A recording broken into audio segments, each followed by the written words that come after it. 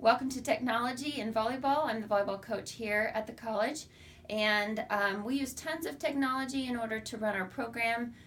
Probably the biggest thing that I get asked about the most is what kind of statistical program we use. A lot of parents even are interested in how to keep good statistics for their kids. High school coaches often call me to ask what's usable and doable. I think previously we used to video. As funny as this seems, we used to video our games, and I would take them home, and then I would do paper and pencil stats on every game after the game was over. And obviously that's tedious and cumbersome. Now with all the technology we have, there are a ton of programs out there that you can use. We've used a bunch of different ones over the time I've been here, but I'm going to show you my favorite statistical program, kind of the basics of it and how to use it, so that you also could do good statistics. This program also has statistics for basketball, football, different things like that. So I'm not familiar with those, but they are available. So on your app, it looks like it's called Statware. It actually, it's this ball, and it actually is a program called Digital Scout. So if you go online and want to find it, you might need to type in Digital Scout. And when you click on that, it's going to give you the opportunity to pick a game that you've created. And it's real easy to create a game off of a plus, but we've created a game already for today, and it's ready to go. And obviously as a head coach, I don't keep my own stats. My student assistant does, and she's the pro at it. And so as we get ready to do a match, she enters in all the data, all the players on our team, all the players on the other team, and she also enters in liberos and things like that, any other information that we might want to know during a match. And this is the summary screen. But when she actually needs to do the work, she'll go to enter new events. And as she pulls up this screen, the biggest thing to understand is one side is our team, Tabor, and the other side is the other team. And we currently on the bench, so Taryn is on the bench with me keeping these live. We only track our side. You can easily track the other side, but if you do, she would need a spotter. This is a program that it's really hard to keep up with all of the game type situations if you don't have a spotter with you, if you're trying to do both sides. And so basically as the game starts, we know that number 7 is going to serve on our team, and so Taryn presses 7 and serve. If that serve is an ace, the server gets a plus, and then that gets entered into the program already. If 7 serves the ball and it's just a serve that the other player passes on the other team, she gets a 0, which just means it's not an ace, it's not an error, it's just a nothing. And if 7 would serve the ball and have an error, she would get a minus.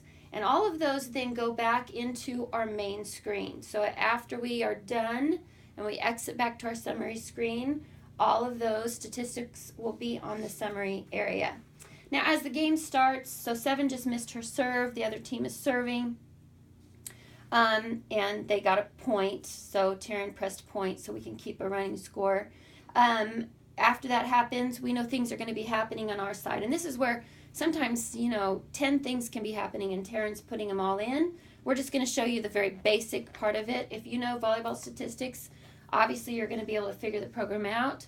If you don't know volleyball statistics, I'm not doing Volleyball 101 right now, so we'll just skip over a lot of the specifics of it. But we know that 16 is going to hit the ball. Well, first of all, 15 is going to pass the ball.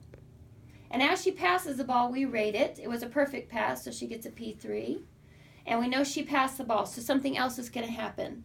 Well, 16 actually attacked that ball, and when she attacked that ball, it was a kill. So she gets a plus, and our setter, number 4, got an assist for that play. Now this time, let's say 15 passes the ball, and 16 attacks the ball, but it's an error. Our setter would just get an attempt. She didn't make the error, but we have to make sure that we keep track of how many attempts she has. And so now if Taryn would exit back to our summary screen, I'd be able to see all of that under the exact players that produce those statistics, as well as a team summary for what's going on. And so that is what makes this program valuable and why it's worth doing it. Now, if we go back to entering our events, this is the really neat part about the system, is when Taryn, if I say to Taryn I need to track where our hitters are hitting, she can change the preferences and go in and change a button that says we're going to actually chart where everything's going. So now as we go back into the program, enter our events. Let's say this time 15 passes the ball. It's a perfect pass. And we know 16 attacks the ball. She's an outside hitter. She attacked cross court. Now we have the trajectory of her attack. And we can enter that it was a kill, so she gets a plus, which means our setter, number 4, also gets the assist. And then later, when I want to go back, I can look at all of 16's attacks and see where was she being productive, which shots was she having error on. So the biggest thing is why Digital Scout? So in the world of college volleyball, we have to own a membership to DaxStats. It's our NAIA required statistical keeper. We have another person keeping all of the DaxStats at the game. That's the official statistical information that goes into the NAIA. But I don't have access to that at practice. I don't have access to that during games. And so what Taryn does is this information then is at my fingertips during timeouts. I'll take the iPad and see who's not producing, where are errors coming from, what kind of system do we need to be doing and changing.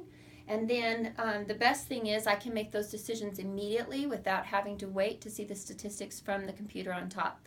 Now, at the end of it all, if we want to, we can export this to a laptop, which can go onto Huddle, Max Preps, or anything else. But you have to have a membership for that. So the overall cost for what we just did was free.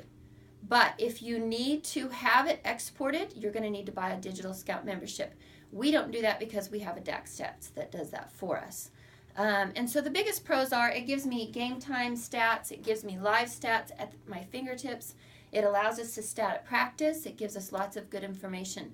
The biggest cons are, do you want to pay for a membership to be able to do stuff with the information after you're done? And the other thing is you have to have a really good assistant. Taryn is brilliant at getting the stats done, and not everybody can do that. Sometimes it's just too fast for some people. So you have to make sure you have the personnel to do it. We've used this for several years. It's all Taryn's ever used, and we plan to continue using it. Thank you for your time. Goodbye.